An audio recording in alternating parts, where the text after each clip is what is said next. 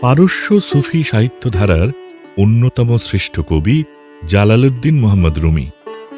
তাঁর জীবন দর্শন, পৃথিবীকে বদলানোর সবচেয়ে গভীর পথ হল নিজেকে রূপান্তর করা। মানুষ যখন কেবল জ্ঞান বা বুদ্ধির অহংকার নিয়ে থাকে, তখন সে চারপাশের মানুষ, সমাজ কিংবা পৃথিবীকে নিজের মতো করে বদলে দিতে চায়।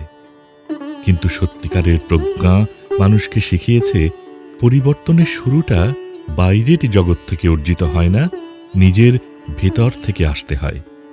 নিজেকে বদলানো মানে নিজের চিন্তা, দৃষ্টিভঙ্গি, দুর্বলতা, অহংকার ও সীমাবদ্ধতাকে চিনে তা পরিশুদ্ধ করা। মানুষ যখন নিজেকে বদলায়, তার দৃষ্টিভঙ্গি বদলায়, তখন সেই পরিবর্তিত দৃষ্টি ধীরে ধীরে পৃথিবীকে বদলে দেয়। জালালউদ্দিন রুমি বলছেন, গতকাল আমি ছিলাম বুদ্ধিমান, তাই পৃথিবীকে বদলাতে চেয়েছিলাম।